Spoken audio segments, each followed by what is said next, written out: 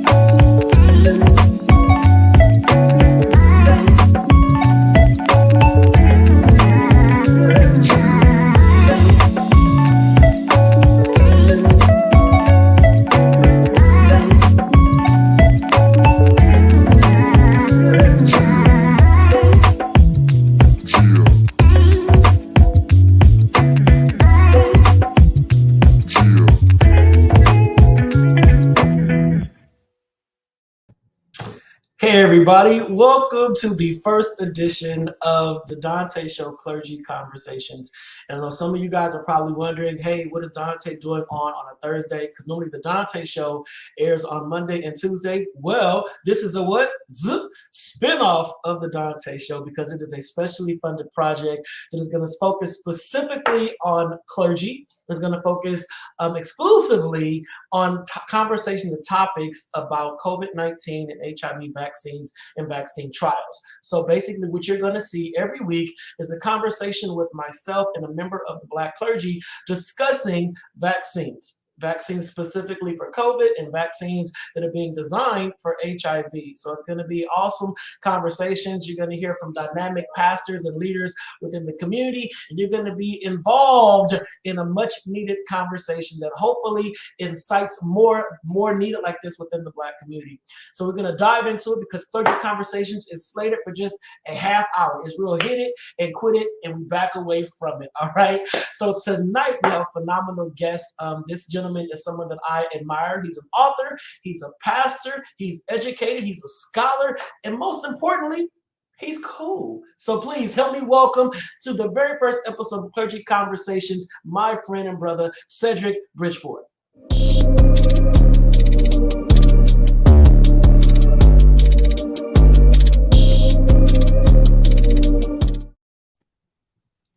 How are you doing?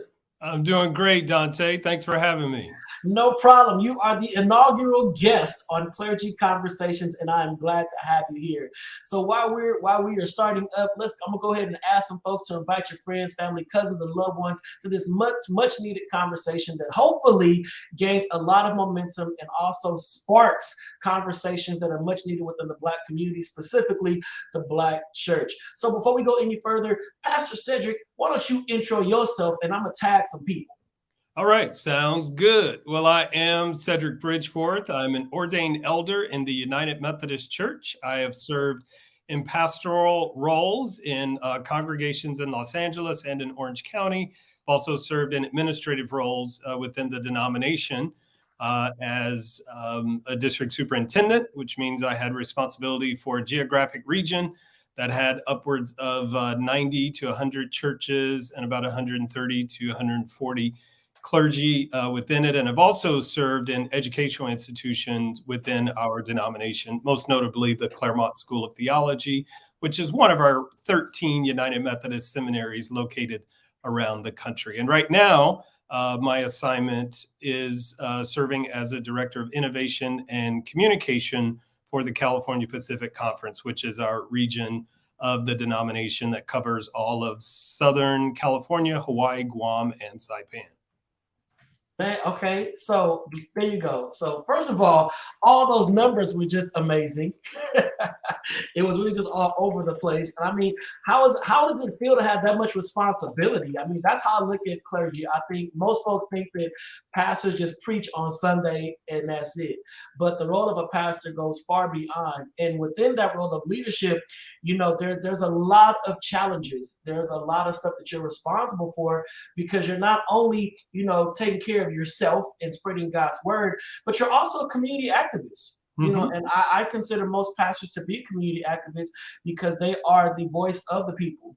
And oftentimes what the pastor shares is adhered to, and people sometimes rely on their pastor for direction and guidance without doing the research for themselves.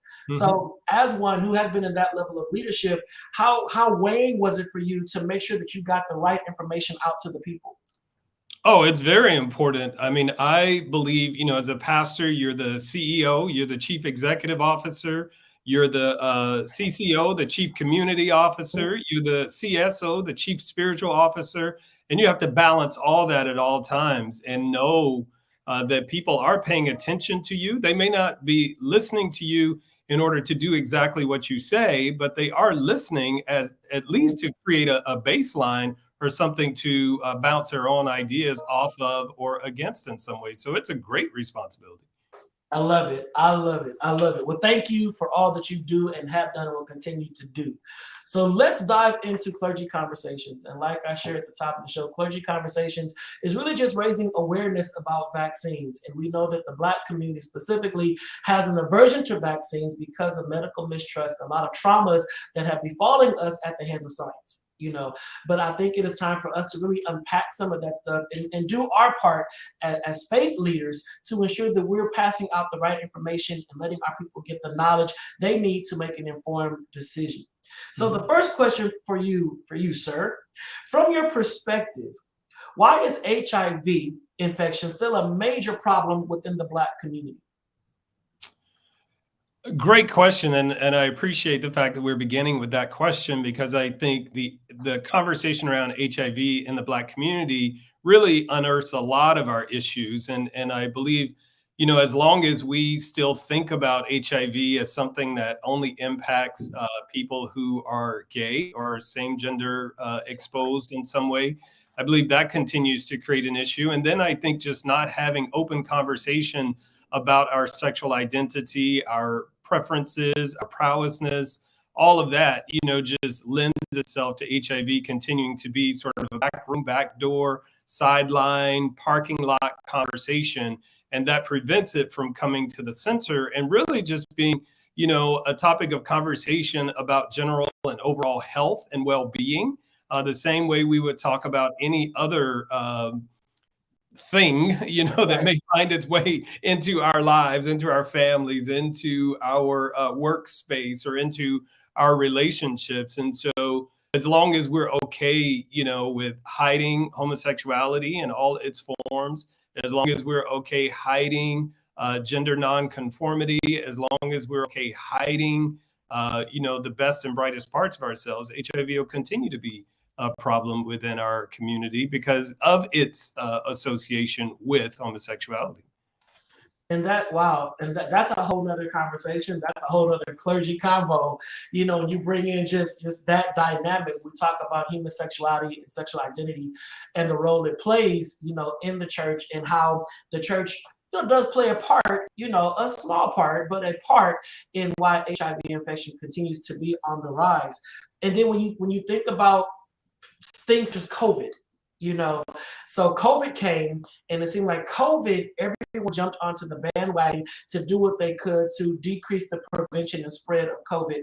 Unlike HIV, which fell into such a marginalized space and was at one time perceived to be just a gay disease and God's wrath upon the gay community, here we have COVID, which has a lot of similarities. It hits anybody. It's killed, hundreds of thousands so far. But when we think about the Black church, or just the church in general, how has COVID impacted the functions of the Black church?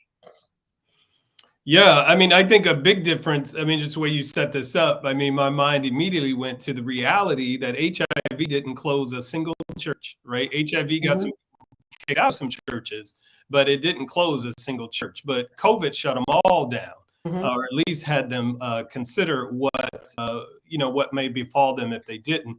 And so I think that was the first impact. I believe the other impacts that exist because of the presence of COVID are really related to economics. Churches had to figure out how they're going to continue to exist and survive in the midst of COVID, not having, their doors open. They had to figure out how to get online, which many of our churches did not have any real online presence. And even today, Dante, I'm shocked at the number of churches who have gotten back into sanctuaries, and you go to the website, you can't even find a worship time. It's as though COVID has passed by and now we can get back to normal. Right. You talk about the wrath that's coming. I think that's one, that we're setting ourselves up for a fall just in that alone. But I do believe the immediate impact was economics. The ongoing impact was just the isolation that people felt, the disconnection. I think people are still dealing with that. I think there's clergy fatigue, and even the tech teams that have had to gird their loins and make worship happen in space and online, they're extremely fatigued. And so even if you take a Sunday off, the tech people still have to do what they do. So when do they get a break, right? So it just trickles on down and around the whole congregation eventually.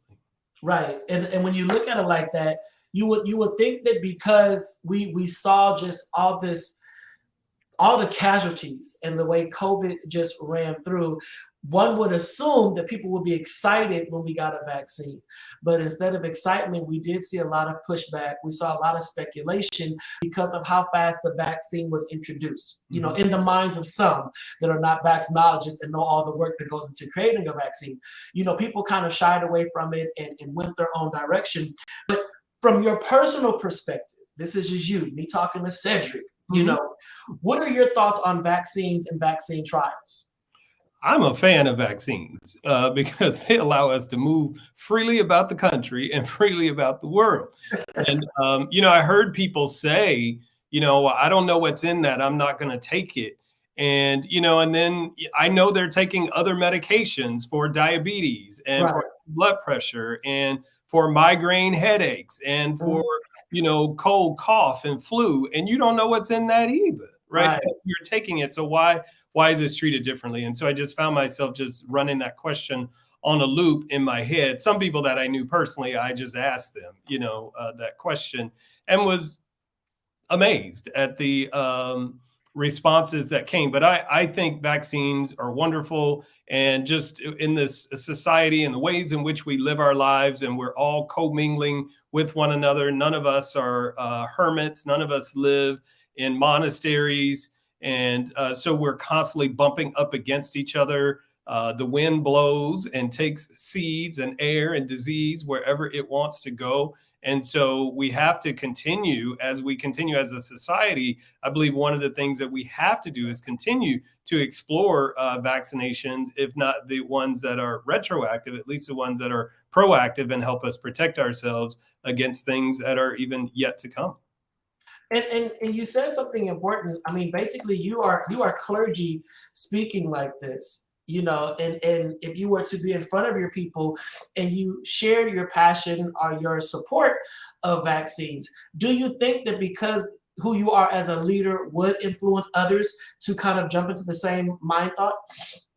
Sometimes. And again, I believe the notion that, the Black pastor stands in the pulpit and whatever he says goes. I think that day has long passed because it's not, it's just a different time. And it's not just he in the pulpit anymore either, right? So I want to be mindful of that.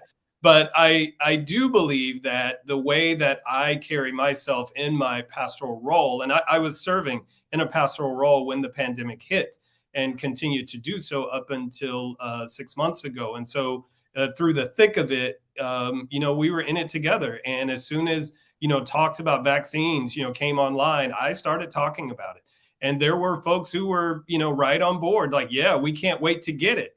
And there were other people who said, there's no way I'll do it, right? So we had a mix of people. I won't say it's 50-50, but we did have a segment of the population who felt like, they were already compromised too much medically to take on anything else. There were others, who said they just didn't trust it. But the vast majority of the congregation I serve was really on board to get vaccinated, to host vaccination testing clinics. Really wanted to get on board so that the community could get the support that it needed. And so that did my heart good.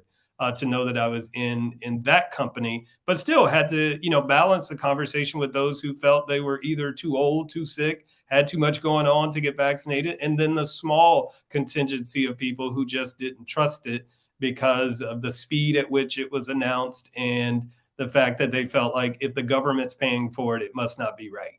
Right. That part right there, and thinking of that, what can science, what can researchers do to better introduce HIV and COVID vaccines into the Black community? What do you think is missing? Yeah, I think conversation. I really think some just base level conversation about how vaccines are developed would be very helpful. I think having conversation about these 30 plus years of research into HIV and medications that have been developed there, serving as a baseline for some of the vaccines that we're rolling out even now related to COVID. I think having those conversations together can be helpful because people are alive now who remember when, to be diagnosed with HIV was indeed a death sentence, right? So they've lived to see that that is no longer the case. I think you couple that with some reality about those amongst us who live with HIV and people don't know, or they don't share and are probably healthier now than they were before their diagnosis, right? So I think pulling all that in and then sitting that alongside a real conversation about how the science works and doing that on a very elementary level in some community-based spaces where people already have relationship and already have connection and already have some trust can go a long way to improving our own understanding of vaccines and also improve our understanding of history. I mean, everything does not begin and end with the Tuskegee experiment, right? I mean, so, and I don't Right. say that to bastardize it or to dismiss it.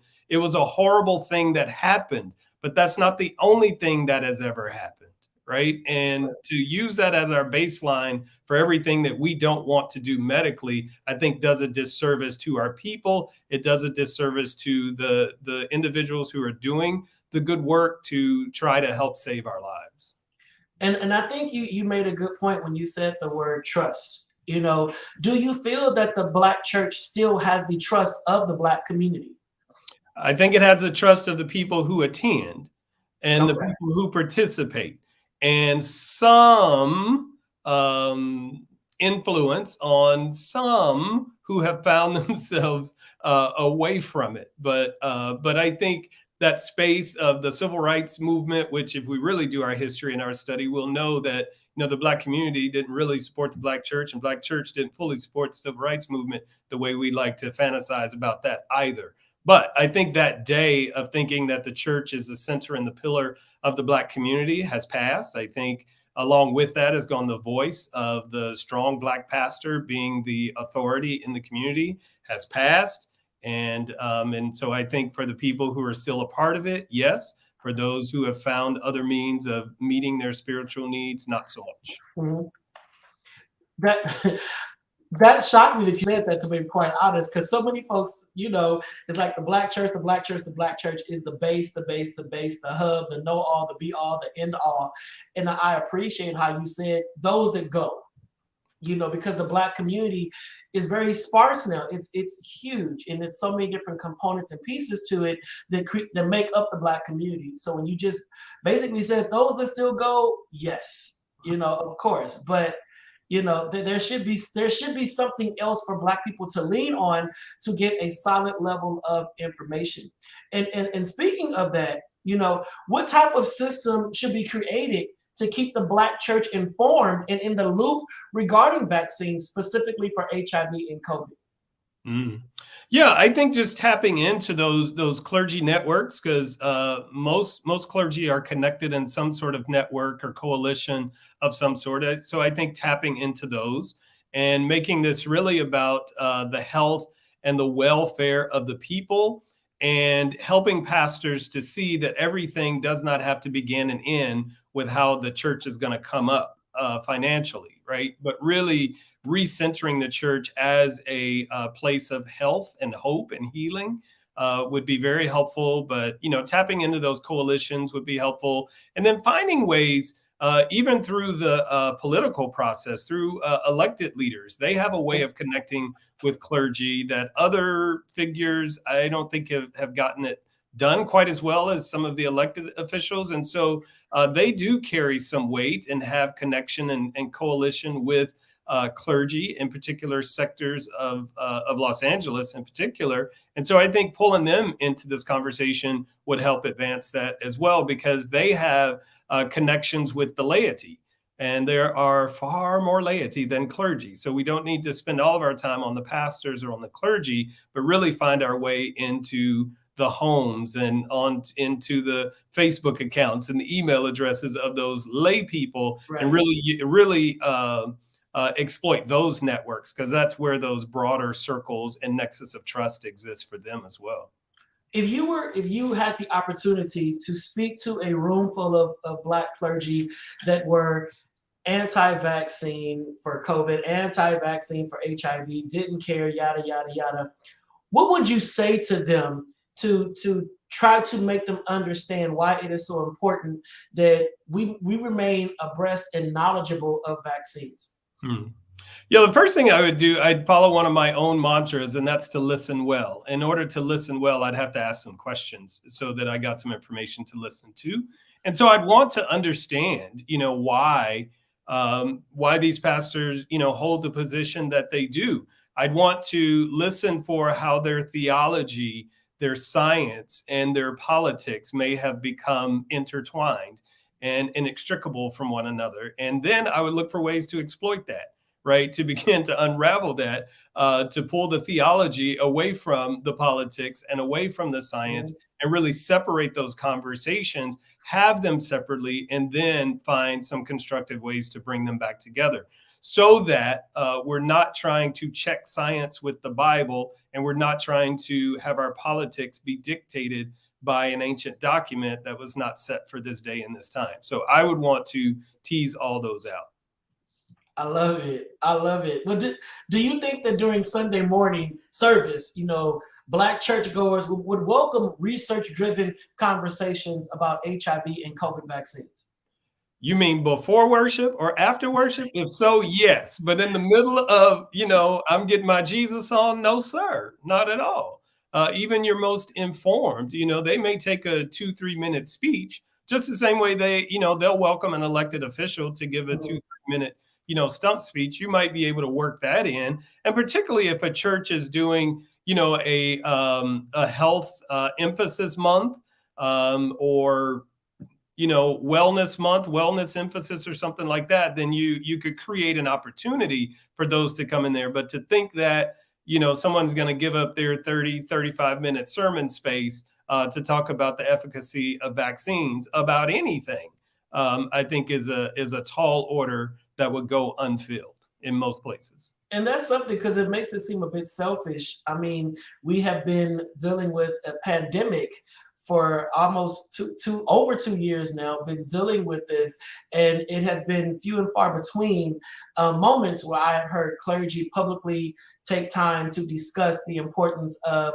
vaccines and getting tested and all that kind of stuff. You would think that would be like a paramount discussion, in this season, but it's still these hot topics, these topics that could change people's lives, their health, their wellness, are still not in the forefront. It's still all about, like you said, making sure we get the Bible scriptures out, and not, I don't want to say not more relevant, because the Bible is relevant, but stuff that people need in the moment. And that pulpit is power. So I'm just trying to figure out, why do you think pastors are not more involved in these conversations? Well, I think I would want to separate the two things. First, one, the worship space, it is what it is, right? And so I think I would even hesitate. I mean, as open and as progressive as I like to think I am, I think I would hesitate to center, the whole moment on vaccine and vaccine health. Would I include it in what I'm saying? Yes. Would I point people toward resources? Most definitely. But to surrender that whole moment, no, I don't think that would be helpful, and I don't think it would go very far. But to create experiences around worship, that to where people can actually sit and have conversation. The other reason you would want to do that in the midst of a worship space is because of the conditioning of worship. The conditioning is one way, and what we need now is some two-way conversation. We need some mutual exchange. When you show up to worship, you there to get. You might join in the singing of a song or two, but you're there to get it, right? And so we're conditioned for that to be a one-way conversation. And so to bring something into that space would have to be something that was just a gift to the people. And I think what we're wanting to push for is for people to really be able to ask those tough questions and engage in deep dialogue and reflection to the point that they then leave that space empowered, inspired, challenged, and ready to act in ways that support their own health and wellness. And so that's why I would put it in a space around worship, but not in worship per se. I love it. I love that. I love it. But you're open to it. Oh, most definitely. Yeah. And I think a lot of folks are, and that's where I would spend my time. I'd spend my time on the folks who are open and less on those who are not, because those folks who are open have access to people who are and those who are not. So if we can work with them and help them fine tune their messaging and their presence in the midst of those who haven't quite bought in or don't understand yet, we can learn how to do that in those spaces where there are larger populations who have not bought in and who are not on board. And that just like, the congregation I serve, the majority of people were open to vaccines and vaccinations, and the minority were not. In some of those places, a majority are not, and whatever. But even in those places, there are those who are open, and they are connected with some people in some of these other churches who would get some good information, from their clergy leaders, from their elected officials, from their Divine Nine organizations and their community based groups. They would get it, right? But if we spend all of our time trying to convince those who may never be convinced, I think we miss a golden opportunity to really tool those who are open to do the good work and learn from them. I love it. I love it. Pastor Cedrick, we're 2 minutes to go. Any closing comments that you want to add to this discussion? I appreciate you so much for taking this time out. Yeah. Thank you. Always happy to be here and talk about whatever you want to talk about. But specifically, it's about health and wellness and just how we can be better at serving ourselves and serving the people that we've been placed in relationship with and those that we get to journey with. I think continuing to arm ourselves with good data, with good information, coming here to continue to dialogue, creating more spaces where we can be of mutual support to one another will serve all of us well now and into the future. So I just encourage folks to find those spaces where you can be you, where you can be your best self, and where you can get the help and healing that you need, and spend less time fighting with folk who just don't get it and don't want it. Now that's a word, right? That's a mic drop. Cedrick, I appreciate you for taking time out, man. Thank you so much. I really, really, truly appreciate it. Yo, please check out Cedrick Bridgeforth on all social media outlets. And most importantly, purchase his book. He is an author, and his book is a phenomenal memoir that you can find on Amazon.com, or just inbox him on Facebook and he'll work it on. It's actually on the shelf right behind him, that Alabama grandson. So check it out. Cedrick, thank you so much, man. Thank you. Thank you, Dante. Be well.